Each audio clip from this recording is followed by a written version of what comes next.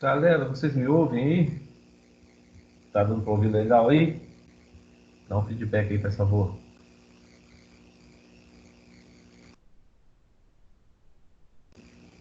Não, beleza, então. É, A gente vai falar um pouquinho, igual eu estava falando com vocês, da teleaula 3 e teleaula 4. E vou tentar fazer as duas hoje, porque vocês, na semana que vem, já tem prova, não é isso? Ou na outra, talvez, tem que ver certinho o calendário. Mas aí a gente já mata as duas numa só, pra vocês já pegarem todo o conteúdo aí para conseguirem fazer a prova legal, tá? A teleaula 3 da disciplina de Engenharia e Profissão, ela fala basicamente sobre pesquisa científica, sobre metodologia científica e tal. Então, para a gente ter uma contextualização interessante, a gente tem que sempre lembrar que a gente está falando de engenharia. E engenharia está sempre ligada à resolução de problemas. Nós, como engenheiros, a gente tem que sempre pensar, a gente tem que treinar para pensar saídas para problemas. Não, às vezes a gente acaba criando mais problemas, mas a gente tem que fugir desse raciocínio e pensar só na resolução do problema.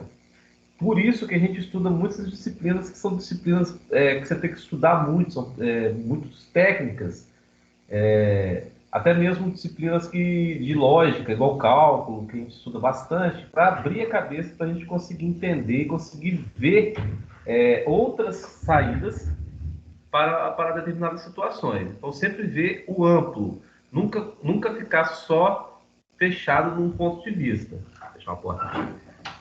Nunca ficar sempre fechado no ponto de vista, sempre conseguir ver o amplo, ver além. E a gente usa a ciência que vai dar embasamento para a gente, que vai dar segurança para a gente. Sempre a ciência em primeiro lugar. Por quê? Porque através da ciência é que se consegue ver que a gente atingiu o objetivo do que a gente queria. Então, através da metodologia científica, por exemplo, que é ciência, a gente consegue determinar que o concreto, vamos dizer, do lado da engenharia civil, que o concreto armado, que é concreto junto com aço, ele conseguiu se demonstrar mais propício para a utilização em edificações. Mas isso só aconteceu com o estudo, com a aplicação, com os experimentos e tal. Então a ciência está aí para isso, ela é base para isso tudo. E a criatividade, a ciência e a criatividade estão bem ligadas, né? Porque a partir do momento que a gente precisa de inovação, a gente precisa de invenções, inovações, a gente tem que colocar criatividade para funcionar. Porque a característica de nós como profissionais é resolver problema. Para a gente resolver problema, nunca um problema é igual ao outro. Sempre os problemas são diferentes. Eles podem ser vamos dizer, classificados mais ou menos da mesma maneira. Mas um sempre vai ser diferente do outro. Um projeto é sempre diferente do outro, um estudo de caso é sempre diferente do outro. Então, a gente tem que ter criatividade para, com a nossa bagagem teórica, com a nossa bagagem do que a gente aprendeu no banco da faculdade, do que a gente estuda depois que a gente sai da faculdade, ela é a base para dar munição para a nossa criatividade. Então, essa é a característica do engenheiro, ele tem que ser criativo.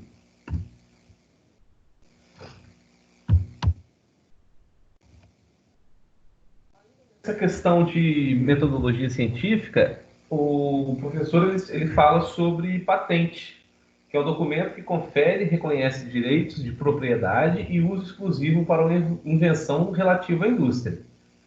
A gente tem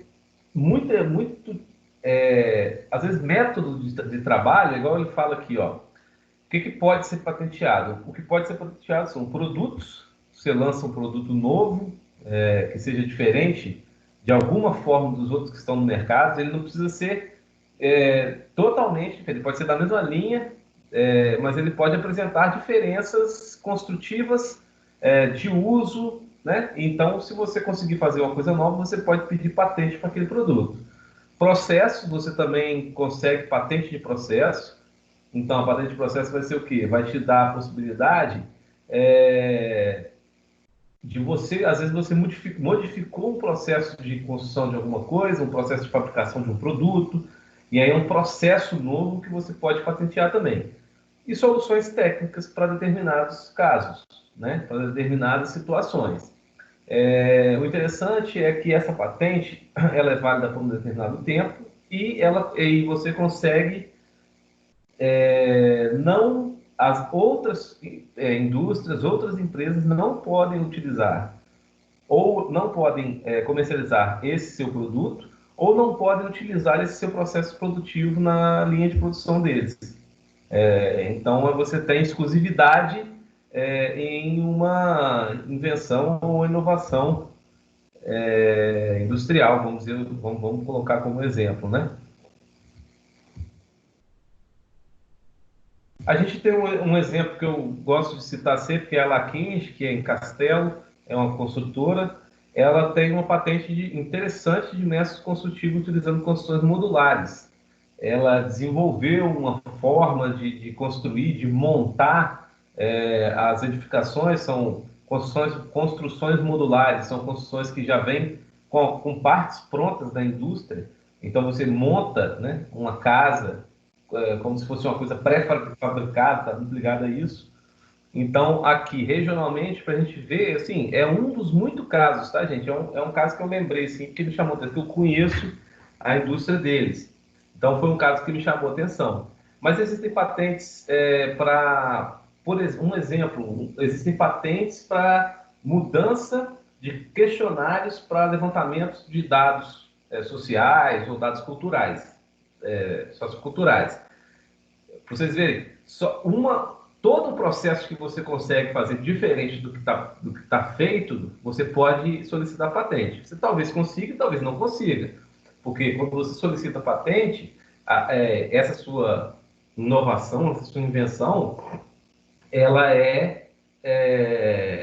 passa por um crivo que vai ver se aquilo ali realmente não existe em nenhum lugar ainda e se você pode ter exclusividade sobre aquilo. Falam-se muito em quebra de patente, né? Quando outras empresas passam a poder utilizar produtos ou processos que foram desenvolvidos por outras pessoas. Isso a gente ouve muito na indústria farmacêutica, né? A quebra da patente de tal remédio. Quer dizer que anteriormente a quebra da patente, só o laboratório A poderia construir aquele tipo de remédio. Quebrou a patente, todos podem. Depois, se vocês puderem me dar um feedback sobre as notas, como é que vocês foram, se teve alguém que ficou com a nota ruim, se precisa de fazer algum tipo de correção e tal, para a gente não perder prazo e conseguir...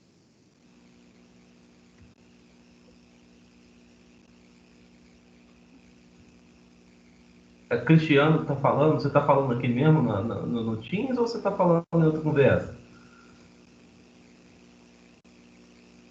Não, tem outra conversa aqui que eu estou tentando entrar para dar certo. Ah, tá bom. Deixa eu ativar o seu mudo aqui, então. Bem, eu não sei se é essa, mas falando sobre feedback de nota, eu não tenho acesso às notas de vocês, tá, gente?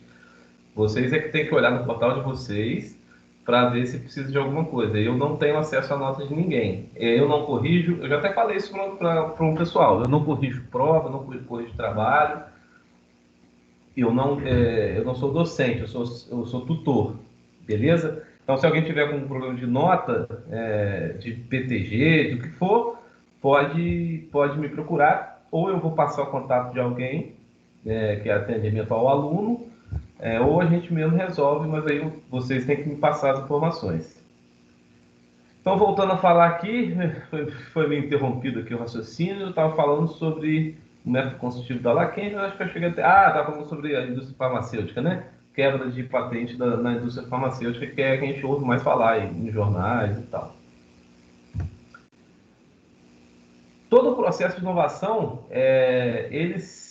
seja uma inovação de produto, ou de serviço, ou de consulta técnica, ele é baseado sempre na ciência. Mas como a gente já comentou anteriormente. Mas o que é ciência? Aí vem os termos, né, que a ciência vem do latim, que significa conhecimento ou saber. Não existe assim um consenso sobre a ciência, a definição de ciência é tal e ponto final. Não existe esse consenso. Existem várias definições, vários pensadores, vários filósofos que já fizeram postulados e tal sobre isso. Mas para a gente aqui, ciência é conhecimento ou saber, né? A lógica é a ciência das leis do pensamento, e a arte de aplicá-las corretamente procura a demonstração da verdade. O método científico é aplicar a ciência, que é o conhecimento do saber, de maneira lógica. Então, o método científico é basicamente isso. Quando você tem uma coisa lógica, você tem ela cadenciada, por exemplo. Então, você tem a delimitação de quem vai fazer o quê, como vai ser feito, em que hora vai ser feito, qual num processo, ele se encaixa em qual local, né? Então, a lógica, a ciência aplicada de maneira lógica, a gente tem o método científico. E o método científico, ele separa em várias etapas, né? Como se fossem várias etapas de um processo. E, na verdade, é exatamente isso. Então, o início do método científico, você estuda o fenômeno que você vai querer abordar, que você vai querer entender, que você vai querer analisar. Então, você vai caracterizar o seu problema. Então, eu quero estudar sobre, sei lá, qualquer coisa, eu vou ter que entender o que é aquela coisa ali, como é que ela se formou, de onde ela veio, para onde que ela talvez vá, como que ela está atualmente. Então, você tem que caracterizar o seu problema, para você entender o que está acontecendo, entender aonde você está pisando, qual é o terreno que você está pisando.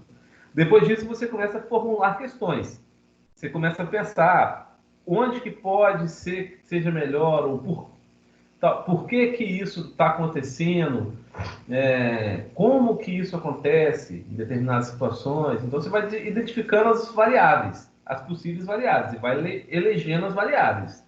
Depois que você elegeu as variáveis, você começa a elaborar hipóteses para aquilo que está acontecendo. Então, você foi lá, você identificou, caracterizou o problema, identificou as variáveis. Variável 1 sei lá, posição, variável 2 é estado, variável 3 é outra coisa, e depois vai elaborando hipóteses. Para essa variável 1, isso acontece porque acontece desde tanto tempo, começou assim, assim, assado, e vai elaborando hipóteses para os seus questionamentos. Depois de ter as hipóteses elaboradas, você vai testar essas hipóteses. Você vai realizar experimentos, podem ser experimentos práticos, podem ser experimentos culturais, sociais, né, de pesquisas sociais, que isso acontece muito, né?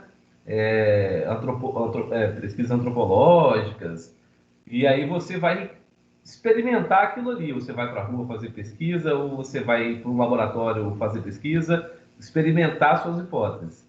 Eu acho que X interfere porque ele é mais denso, então eu vou para o laboratório e vou realmente ver se é por causa disso mesmo, numa situação. Depois disso, você analisa e elabora essas explicações, ou seja, você elaborou hipóteses, você confirmou sua hipótese, você vai elaborar porque você vai pegar e vai explicar por que você elaborou essa hipótese e por que ela deu certo. Você cria novas hipóteses, caso as hipóteses iniciais não tenham sido comprovadas pelos experimentos. Então, você criou hipótese, realizou o experimento, ela não foi comprovada, essa hipótese, você vai criar novas hipóteses e testar de novo, e assim até você conseguir um resultado positivo, né? Você vai teorizar isso, que é fazer o quê? Você cria uma teoria que explique os resultados obtidos e também explique todo o meio de campo até você chegar nesses resultados obtidos. Então você vai dar embasamento teórico para o seu trabalho, para o seu método. E depois generalizar, que seria o quê? Expandir isso para outros casos, você vai generalizar aquilo ali da maneira que você conseguir, né?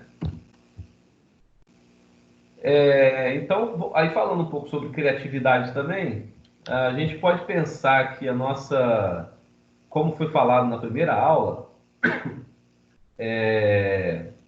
nós só estamos onde estamos hoje por conta dos engenheiros, né? E os engenheiros só existem porque o ser humano tem criatividade. Os engenheiros que eu digo, a engenharia em si, né? Aquele conceito de engenharia lá de trás e tal. Então a criatividade vai estar sempre ligada à inovação, sempre ligada à invenção. É um processo mental de geração de novas ideias por indivíduos ou grupos. E existem técnicas para trabalhar essa criatividade. Tem 4 aí, vou falar só citar: quebra da adaptação psicológica, quebrar,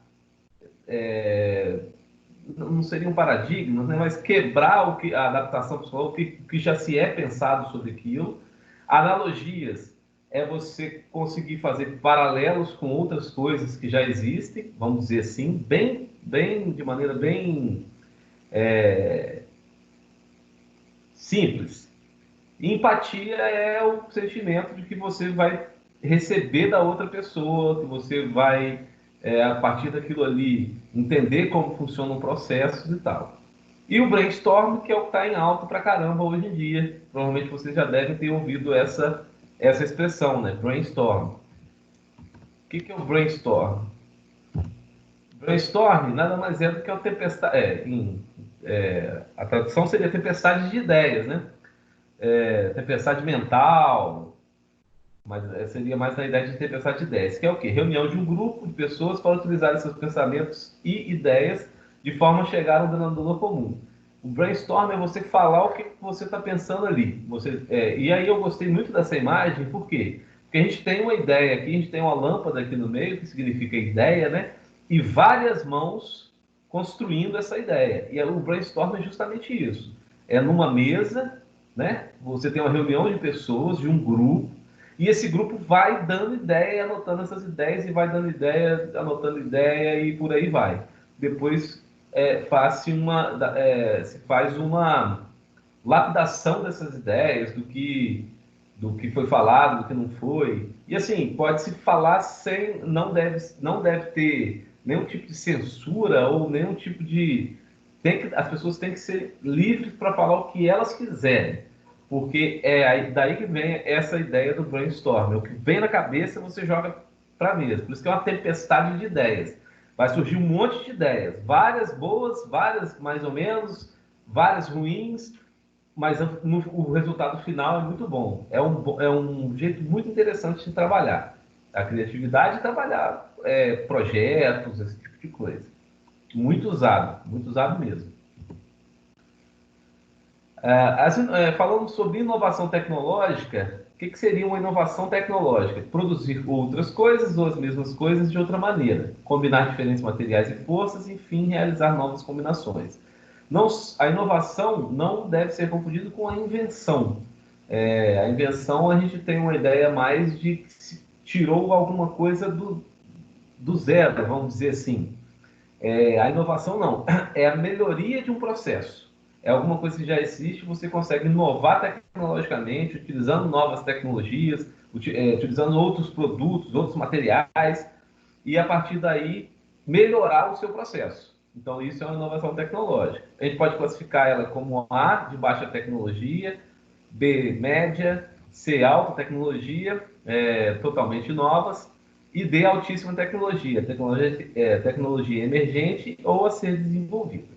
É uma coisa que realmente não existe mesmo, né? Bem, a primeira aula é isso. Tem alguém que tem alguma dúvida, quer fazer uma colocação?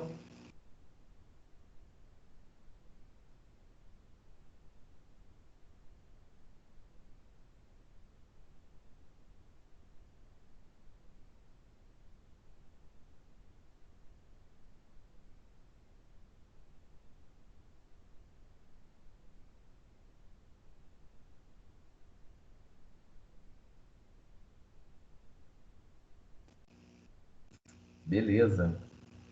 Vamos então fazer aqui a aula atividade. Bem tranquila.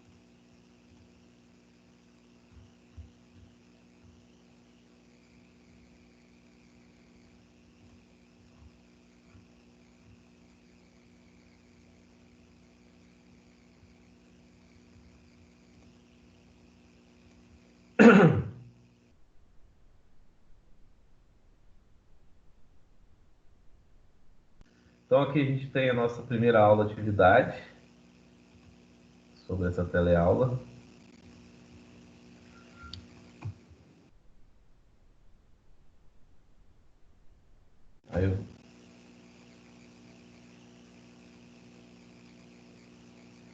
Quebra de patente? A quebra de patente é quando você tem... Ela acontece por alguns motivos. Eu não vou saber te falar aqui exatamente quais são os motivos, mas um deles eu sei que é o tempo.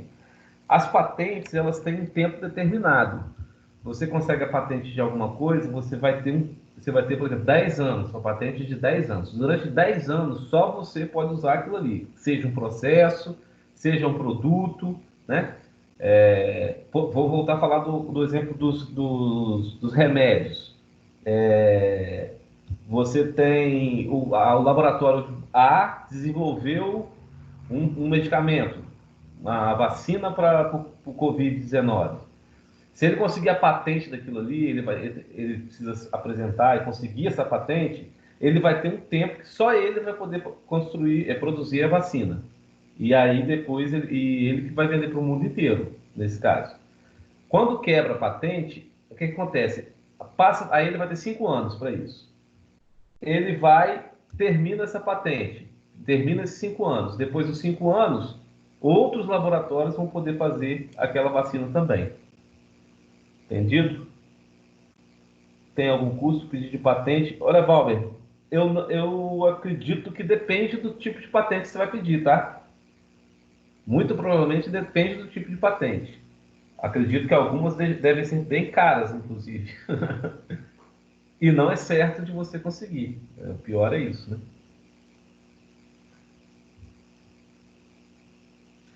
Se tem como renovar a patente? Acredito que sim. Acredito que tem como renovar a patente, sim. Mas vai depender do processo que você conseguiu lá com as suas patentes.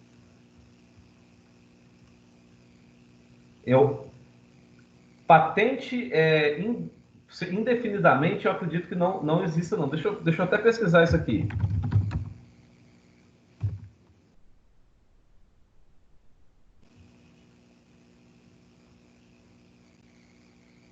Ó, patente, 20 anos alguns, 15 anos outras. E depois ela vira domínio público. Renovação de patente, acho que não existe não, Marlon. Posso até pesquisar depois e trazer para vocês, mas eu acredito que não exista não. Isso não faria sentido, né? Vou até anotar essa dúvida aqui.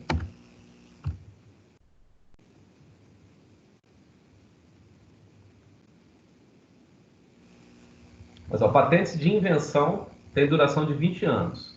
Já os modelos de utilidade, 15 anos. Após esse período, a patente passa ao chamado domínio público, o que significa dizer que qualquer pessoa poderá explorar o seu objeto e o seu titular ou inventor não poderá se opor a essa exploração.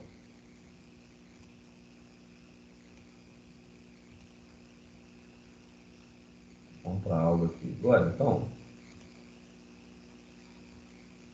Aula de atividade. Então, a questão 1, ele fala sobre ciência. Conhecimento científico tem como objetivo compreender a natureza e o universo, por meio de elementos concretos e objetivos. Né? Compreender a natureza e o universo. São tarefas simples, né? Compreender a natureza e o universo. Por isso que é muito difícil fazer ciência. É muito difícil você conseguir compreender a natureza e o universo por meio de elementos concretos e objetivos. Por exemplo, a matemática. Né? Então, é complexo pra caramba. Assinale a alternativa correta sobre ciência. Deve-se basear-se, né? Está errado aqui. Somente em opiniões pessoais e especulações. Está errado. Completamente errado. Ciência, ela é feita com método. Não existe ciência sem método. E a partir do momento que a gente, às vezes, utiliza ciência ou utiliza de alguma coisa sem conhecimento científico daquilo ali, a gente acaba correndo risco. Vamos lá. Deve formular perguntas lógicas, propor hipóteses e aferir de forma experimental e cuidadosa os fatos. Beleza, essa é boa, né? Deve acreditar em crenças e costumes. Não, tá errado. Se a gente pensasse, se a gente acreditasse só em crença e costume, não existiria ciência, não existiria inovação, a gente estaria lá na Idade da Pedra ainda. Deve-se firmar em paixões e sentimentos. Não. Tem que ser fora de paixão e sentimento. Porque se você se apega sentimentalmente a uma ideia e chega lá na frente e vê que essa ideia está errada, para você voltar atrás é pior, né? Mais difícil. Então não deve firmar paixão e sentimento, não. Deve estar firmado em preconceitos e conhecimentos sem embasamento. Não. Preconceitos e conhecimentos sem embasamento, não. Então a resposta certa da 1 é a letra B. Formular perguntas lógicas, propor hipótese e aferir de forma experimental e cuidadosa os fatos. Depois disso, você passa para frente. Você teoriza, generaliza e faz essas situações. Aqui, ó, um exercício de lógica. Em cada um dos quadrados menores, que formam o quadrado da figura a seguir, será colocado um dos números, 1, 2 ou 3, de modo que não haja números repetidos na mesma linha, nem números repetidos na mesma coluna. Então, não pode ter número repetido na mesma coluna, não pode ter número repetido na mesma linha. A soma dos números representados pelas letras X e Y da figura vale quanto? Vou deixar um tempo para vocês fazerem isso aí.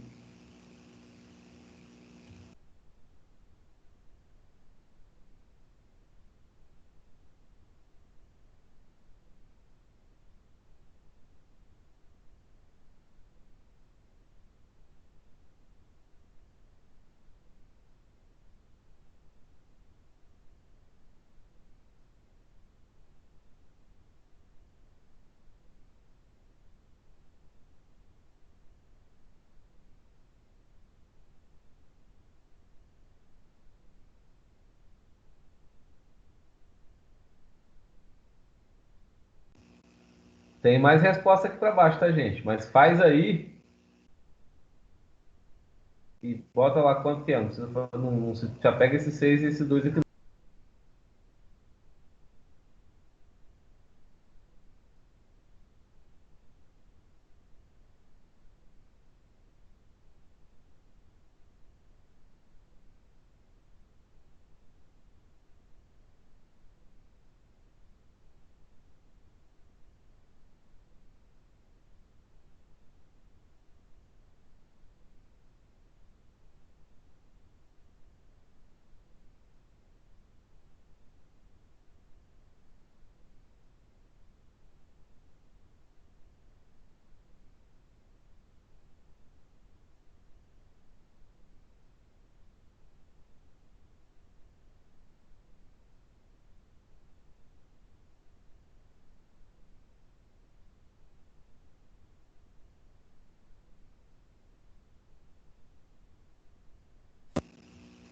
Ó, vamos lá. Esse exercício tem várias formas de conseguir resolver. É tipo o Sudoku mesmo. É muito legal essa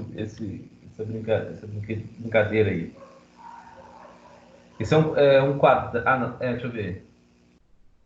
Eu acho que é um quadrado mágico também. Ó, vamos lá. Ele fala que não pode ter número repetido nem na linha, nem na coluna, né? Então, só daí a gente pode saber que o y não pode valer 1, certo? Porque aqui já tem um aqui e um aqui. Então, vamos lá. E por essa linha aqui, ó, eu sei que essa casa aqui não pode valer 3. Então, o y não pode valer 1 e essa casa aqui não pode valer 3. Então, essa casa aqui vai valer 3 e essa casa aqui vai valer 2, certo? Concordam comigo? Então, o y vale 3. E nós teríamos aqui 3x e 2. Porque se aqui é 1 e aqui é 3, aqui só pode ser 2. 3x e 2. Para ter aqui não ter nada repetido, o x vai ter que valer quanto? 1. Porque aqui nessa linha a gente já tem o 3 e o 2. Então, x vai valer 1. X valendo 1, y valendo 3, a soma dos dois, a resposta é 4.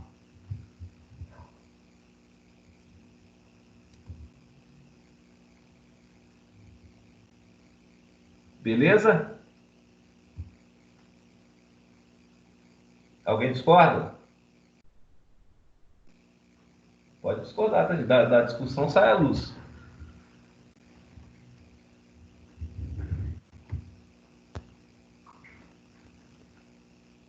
Beleza, vamos passar para a próxima questão 3. É sabido que a tecnologia levou a um aumento na expectativa da vida, pois permitiu que a sociedade se tornasse interligada e globalizada. Porém, a tecnologia também traz consigo algumas desvantagens em relação à sua existência. Assinale uma desvantagem encontrada pela tecnologia nos dias de hoje. Então, a gente precisa achar uma desvantagem da tecnologia. Invenções de alguns aparelhos, como por exemplo os tablets. Isso é desvantagem para a gente? Para a nossa sociedade se tornar interligada e globalizada? Não, isso não é desvantagem. Então a letra A não é. Criação de desenhos de ficção e desenhos animados, utilizando tecnologia de ponta. É uma desvantagem? Não. Entretenimento. No mínimo, entretenimento. Criação de robôs através da automação industrial, o que levou alguns trabalhadores ao desemprego. Opa, isso pode ser uma desvantagem. Isso é uma desvantagem, né? Mas vamos checar a D e a E. Possibilidade de comunicação global via chats ou imagens de vídeo. Isso aqui não é uma desvantagem, é uma excelente vantagem. Inclusive, se não fosse isso, não estaríamos aqui agora tendo uma aula num período de pandemia, num período que todo mundo está ficando em casa, a maioria das pessoas. Então, isso não é desvantagem. Criação de sistema de posicionamento global, mais conhecido como GPS. Também não é uma desvantagem, é uma vantagem, porque GPS salva muita gente aí. Né? Então, aqui, letra C. Criação de robôs através da automatização industrial, que levou trabalhadores ao desemprego. Então, é ruim. É uma tendência, mas é ruim, é uma desvantagem desse tipo de tecnologia.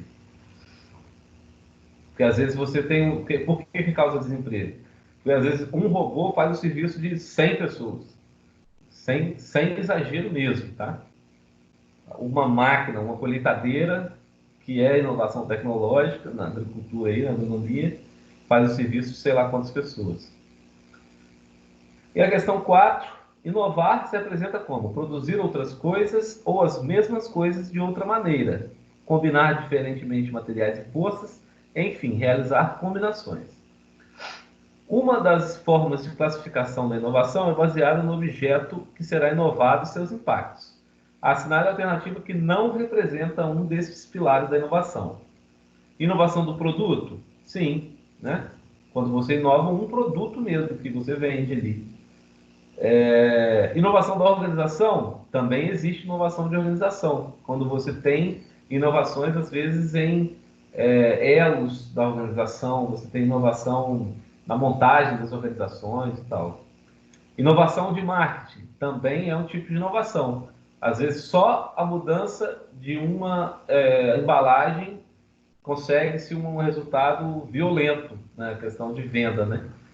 Então, também é. Inovação de processo, com certeza, né? Quando você pega um processo e melhora ele, você inova. E aí só restou a inovação ausente, que isso aqui não existe, isso não é um conceito que a gente abordou, nem que a gente vai ver em lugar nenhum. Inovação ausente é falta de inovação, né? Então, não existe isso aqui. Beleza? Ficou alguma dúvida aqui, gente?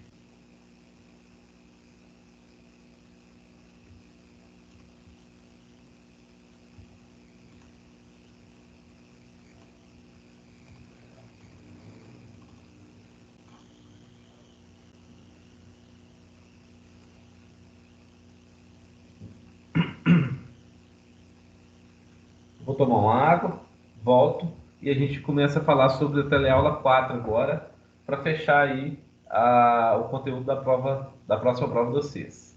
Era só um minutinho.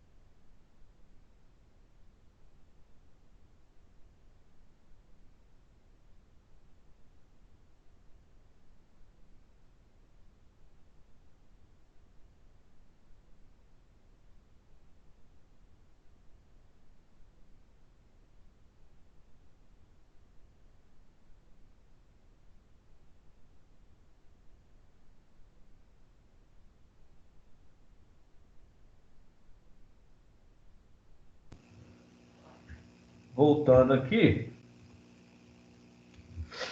vou falar bem rapidamente. Essa aula aqui eu aconselho vocês, se vocês não assistiram, vocês têm que assistir essas aulas, se você fazer a prova. É uma aula bem interessante, principalmente a parte que fala sobre como falar em público e tal. Eu nem peguei essa parte e trouxe para cá, não, porque isso é uma parte mais subjetiva, para vocês mesmo ir lá, olhar, entender direitinho, praticar. É importante pra caramba na nossa profissão, tá? Para conhecimento prévio aqui, a gente tem que pensar em resolução, né?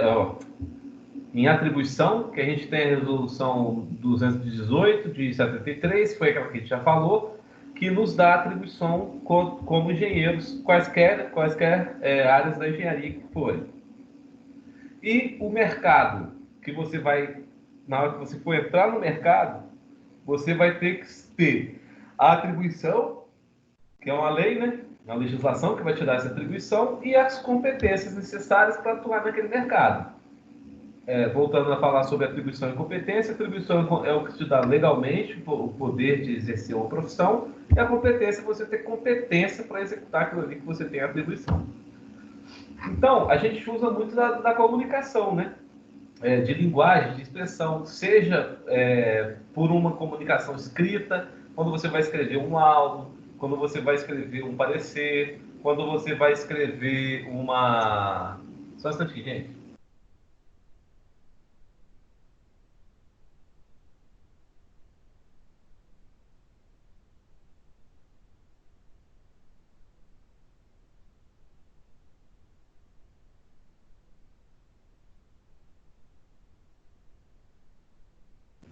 Então, seja para quaisquer esses exemplos que eu falei, a gente precisa utilizar de comunicação, a gente precisa usar de uma linguagem, de expressão, né? E falta falar, linguagem e expressão é o que nos tirou da caverna também. E se não houvesse linguagem e expressão, talvez estaríamos lá nas cavernas ainda, porque não teríamos o conhecimento, não teríamos pesquisa, não teríamos ciência, não teríamos humanidade, não teríamos sociedade como as conhecemos. E isso, eu coloquei essas pinturas rupestres, acho que está até no slide do professor, que é para a gente ver que faz esses milhares de anos que a gente já começou a se expressar, a gente já começou a se comunicar. E mais, né? A gente já começou a gravar essa comunicação de alguma forma, nesse caso aqui. Então, como definição, linguagem e expressão. A linguagem é um sistema de sinais com o objetivo de comunicar ideias ou sentimentos. E esses sinais são a junção entre a imagem, a acústica ou som, e o conceito ou as ideias.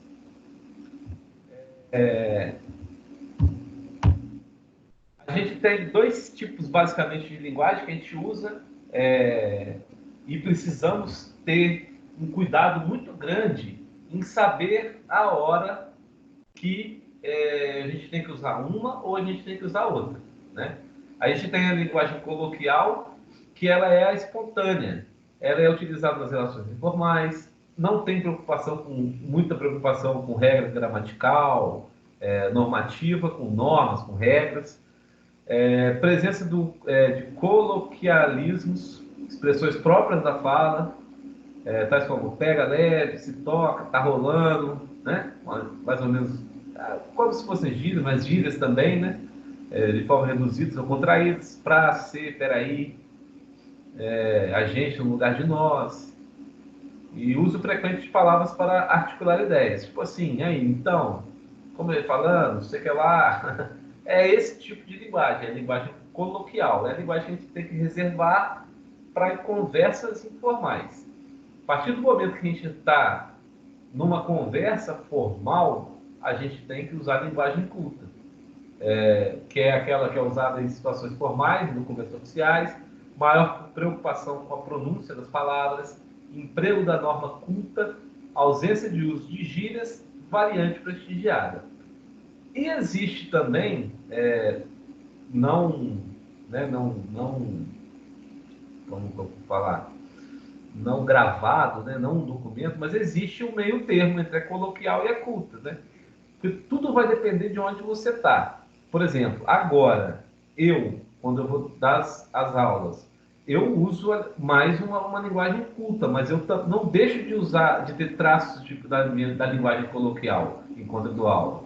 Por quê? Porque esse ambiente que a gente está, ele exige a seriedade, porque a gente está numa faculdade, a gente está em processo de aprendizagem, para criar profissionais novos para a nossa sociedade.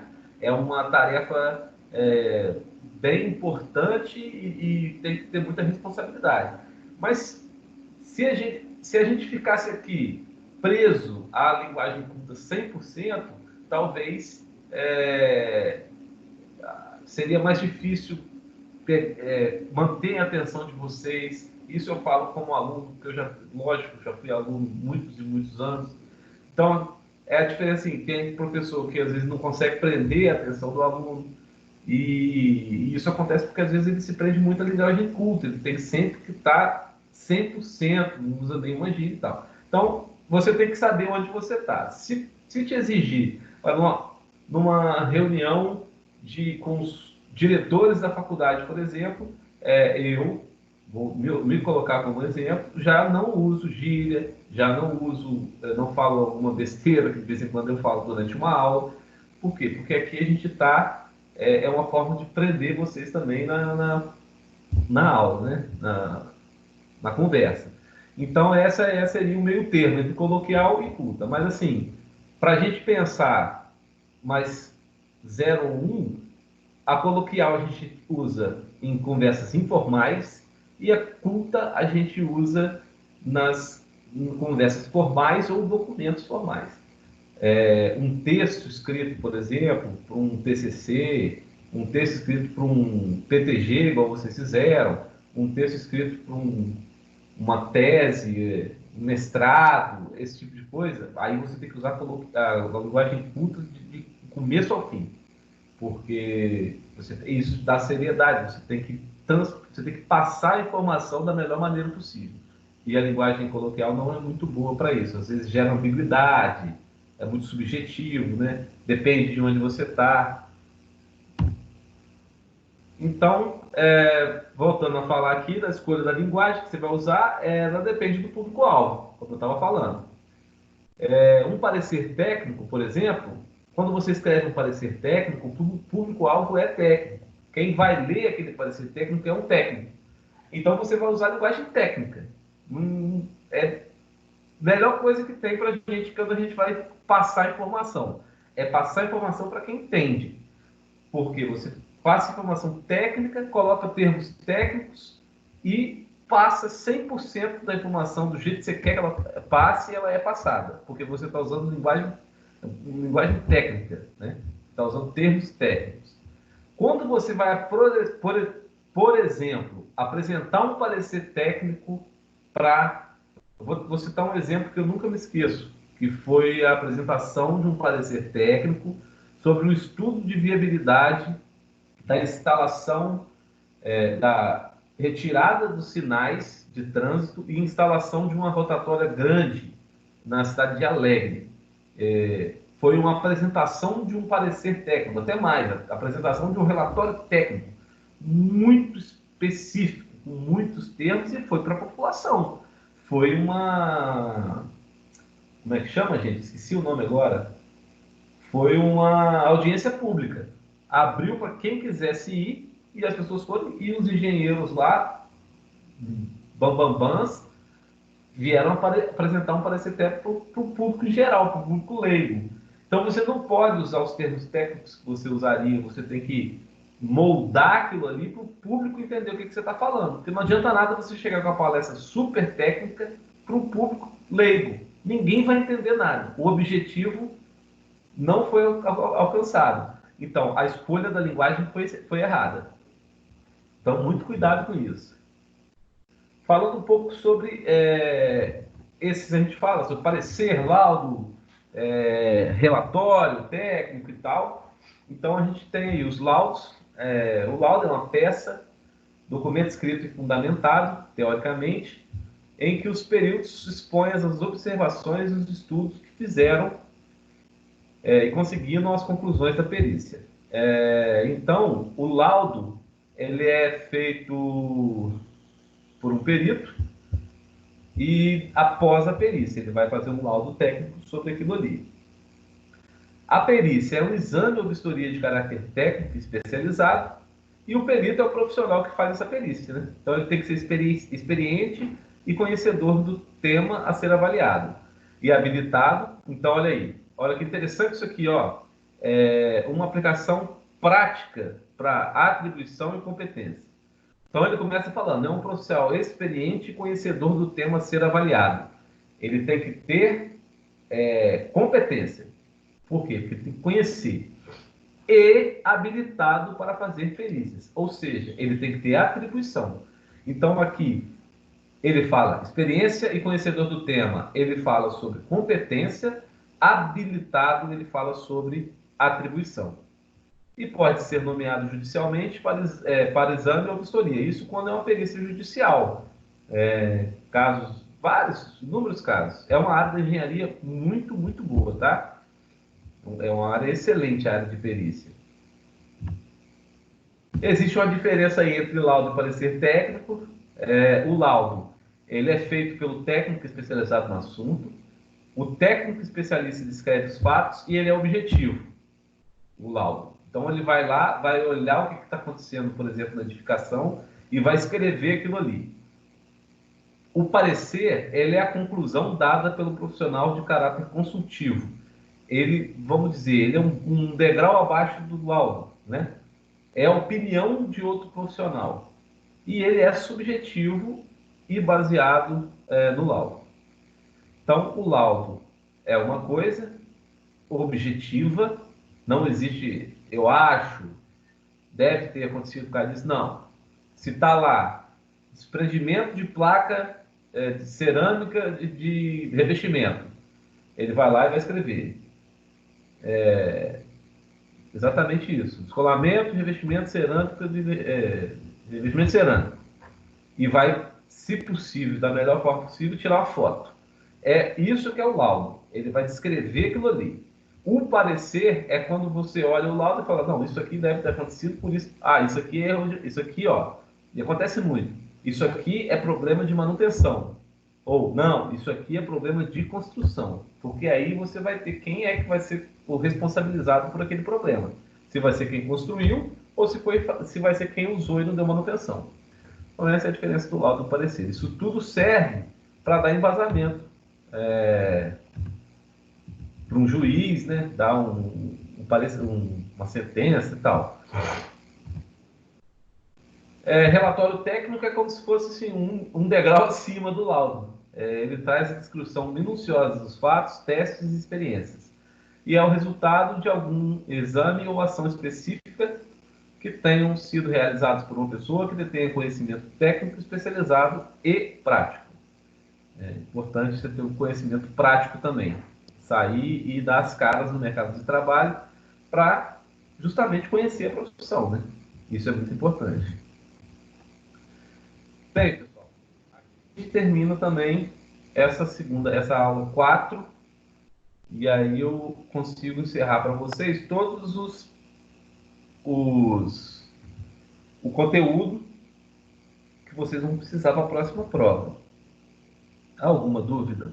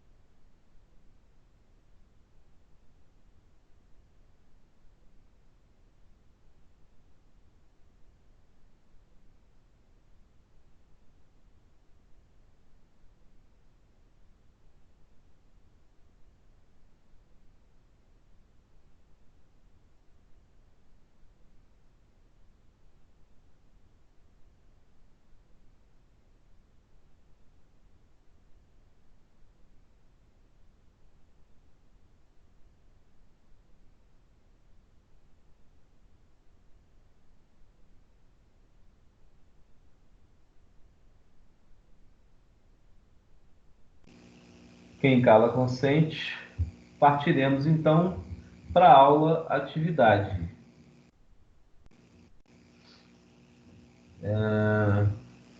Cadê ela?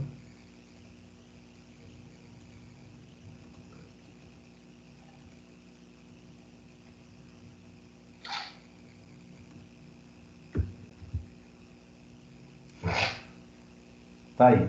A gente sempre tem, essa acredito que vai ser a nossa última aula sobre engenharia e profissão, mas enquanto a gente estiver nesse período de pandemia e tal, o ideal mesmo é que, por isso que eu sempre coloco esse encontro um dia depois da aula dada, da teleaula, para que vocês consigam pelo menos ver a teleaula e chegar com algum tipo de dúvida. Eu não sei se vocês estão fazendo isso, mas isso é importante ser feito para que vocês façam a pré-aula, que é chamada. Dá uma olhada no material antes, dá uma olhada nos slides antes, se não conseguir ver a aula. Vê o que vai ser, qual é o tema. Às vezes você tem uma dúvida na aula que você, às vezes, não teria se você for ver na hora ali e tal. E o que eu estou fazendo aqui, gente, é simplesmente uma revisão, talvez um reforço do que os professores propõem para vocês, tá? Porque os professores, eles quem monta, quem faz isso aí são os professores. Então, eu não posso chegar aqui e falar alguma coisa que seja em desacordo com o professor, porque quem é o docente é ele, né? Eu estou só mesmo para auxiliar. Então eu faço esse bate-papo com vocês antes, essa explicaçãozinha de alguma coisa antes, para pelo menos dar uma revivada na memória do que foram as aulas e a gente ter como discutir. E vocês também acabam, isso vai ser um processo que vai ajudar bastante ao aprendizado, porque vai ouvindo, né, vai entrando na cabeça. Deixa eu só ver um negócio aqui. Beleza. Vamos lá. Então, a questão 1. O ato de projetar cria um conjunto de procedimentos e especificações que, quando colocados em prática, resultarão em algo concreto ou em um conjunto de informações. Segundo a afirmação acima, todo projeto possui alguns processos, e esses são compostos por começo, meio e fim. Então, todo projeto possui processo, então composto por começo, meio e fim. Assinale a opção que melhor descreve o começo, então o começo de um projeto tecnológico. Vamos ver. Fase chamada de intermediária e ocorre após a determinação dos recursos existentes. Está errado, né? Já fase intermediária, a gente está falando de começo, não é intermediário, quando entrar está errado. Quando há uma demanda acabada que necessita aprovação. Não, essa é a fase final, esse é o final do processo. Você já fez, já montou, já testou, já fez e já submeteu aquilo ali para aprovação. Então a letra B também está errada. Quando há uma demanda de produto ou serviço a partir da identificação de uma determinada necessidade. Boa, essa aqui é boa, hein? Quente. Vamos passar para a próxima. Logo após a entrega de um produto ou serviço solicitado. Está errado também, né? Fase inicial. Após encerramento dos prazos, pior ainda. Então, quando há uma demanda de produto ou serviço a partir da identificação de uma determinada necessidade. Identificou a necessidade, vai se procurar um projeto tecnológico para aquela necessidade. É o início, é o começo. É na hora que você está caracterizando os seus problemas lá, né? Então, letra C é a correta, né? Não. Questão 2. João foi contratado pela empresa. Trabalha aqui para identificar alguns problemas que estavam ocorrendo na produção. Após alguns dias de verificação e análise, o engenheiro João, por possuir conhecimento e embasamento sobre o tema, descobriu que o principal problema estava relacionado ao tempo em que os funcionários demoravam para produzir os produtos A e B. Esse tempo equivalia a perda de aproximadamente 2 horas, representando um gargalo que refletia em perdas relacionadas a dinheiro, energia elétrica, água, entre outros. Como sabemos, podemos classificar os problemas em relação aos seus tipos. Assinale o problema que melhor se identifica com o caso citado acima. Problema de pesquisa? Não, a pesquisa aí já passou, né? Não é um problema na pesquisa, né? Problema de recurso? Talvez. Por quê? Porque o recurso os funcionários estão demorando para produzir. Então é um problema de recurso. Você não tem o recurso necessário para a produção. Um dos recursos é o funcionário para produzir. Então a letra B é uma boa.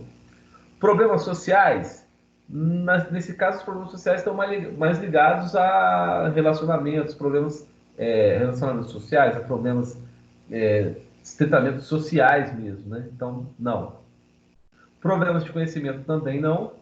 Nenhuma alternativa também não. É a letra B, problema de recurso. Você não está tendo recurso para executar o seu serviço. Está perdendo dinheiro, está gastando energia, está gastando água demais. O que está acontecendo? Existem funcionários que não estão conseguindo produzir no tempo necessário. Estão demorando muito a produzir. O que eu preciso para produzir? O que eu preciso de recurso para produzir? Eu preciso do dinheiro para comprar as coisas, eu preciso das coisas na minha mão e preciso de gente que sabe pegar essas coisas e produzir o produto. Esses são os meus recursos. Se as pessoas não estão habilitadas para produzir no tempo, então eu tenho um problema de recurso.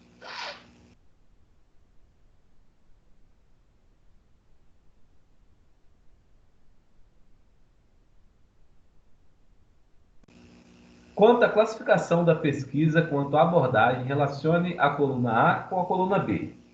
Então vamos lá. Em relação a pesquisas, coluna A, qualitativa, nos remete à qualidade. Quantitativa nos remete à quantidade, né? Então, interpretação dos comportamentos. É qualitativo ou quantitativo? É qualitativo, né? Porque você está interpretando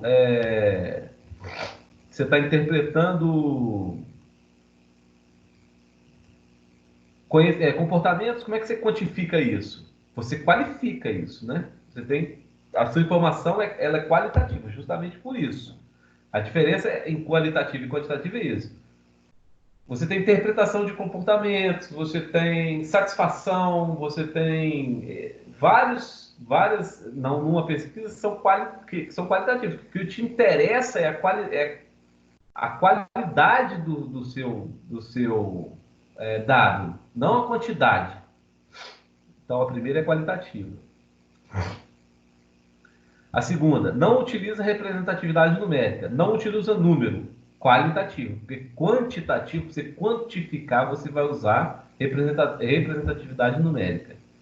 Qualitativa, não. Então, 1. Não, com isso, 1. Dados são quantificados. Simples, né? Quantificados, quantidade, quantitativa. 2. 2. Utiliza recursos matemáticos e estatísticos para analisar os dados. É quantitativo. Se você está usando dados numéricos, você está usando recurso matemático para analisar, estatística para analisar esses dados, você tem uma pesquisa quantitativa. Vai gerar previsões, esse tipo de coisa, você tem uma pesquisa quantitativa. Então, 2, letra D. A número 3. E a número 4, estudo D. É aquele em que se é decidido se o empreendimento acontece ou não, sendo estipuladas variáveis financeiras que garantam a realização do projeto. Esse estudo aí é um estudo muito importante para qualquer tipo de projeto de engenharia. Então vamos lá. É estudo de básica? Não. É um estudo de conceito? É um estudo conceitual? Também não, né? Porque a gente não está discutindo, nesse caso, sobre conceitos, sobre ideias. A gente está discutindo se essas ideias podem ser executadas. Estudo de viabilidade? É o estudo de viabilidade, é justamente isso. É ver se aquele projeto se demonstra viável para ser produzido. Eu cheguei a falar com vocês na aula passada sobre viabilidade e tal, sobre a questão da gestão, o tripé da sustentabilidade lá, que é econômico, social e ambiental, e que se você não conseguisse permear esses três pilares, você não teria viabilidade, né? E a gente fala muito sobre viabilidade financeira, mas nem sempre é isso, nem sempre é a viabilidade financeira que está sendo estudada. Às vezes, a viabilidade legal. você pode construir, voltando para a edificação, você pode construir aquela edificação naquele determinado lugar, né? Então, o estudo de viabilidade é muito importante. É a letra C, ou a questão 4. Galera, alguma dúvida aí? Fala para nós.